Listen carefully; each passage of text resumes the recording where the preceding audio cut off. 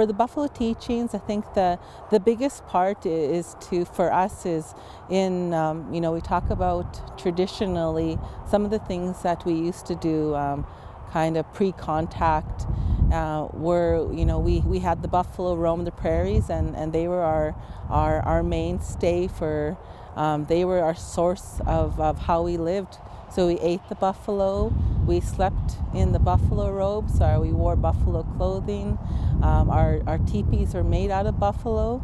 And so I know that throughout history with some of, the things the trauma that Indigenous people here have experienced, with the buffalo almost extermination, I know, and residential school, and various other things that caused the buffalo to kind of be erased from the memory of Indigenous people.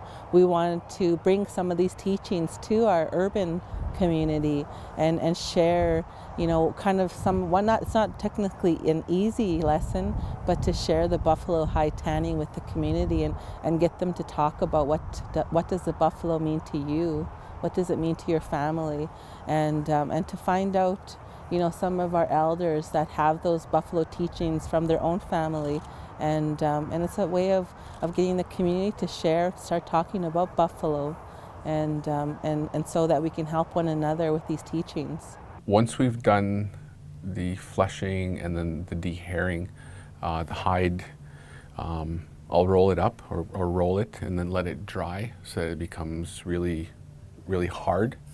And then the smell also goes away when it's dried. And from there, we've been using it. I've started working on a purse. I've made earrings, necklaces, and bustier, belts, knife sheaths. So some various art and design products. It's a better sense of oneself, finding out, who you are, what you can do.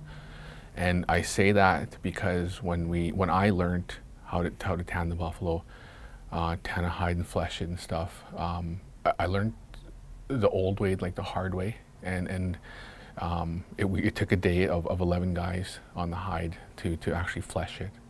And I was on there most of the time until I was tired out and then needed a break, but I went back. And when we do these workshops, I see the same thing in other people who come.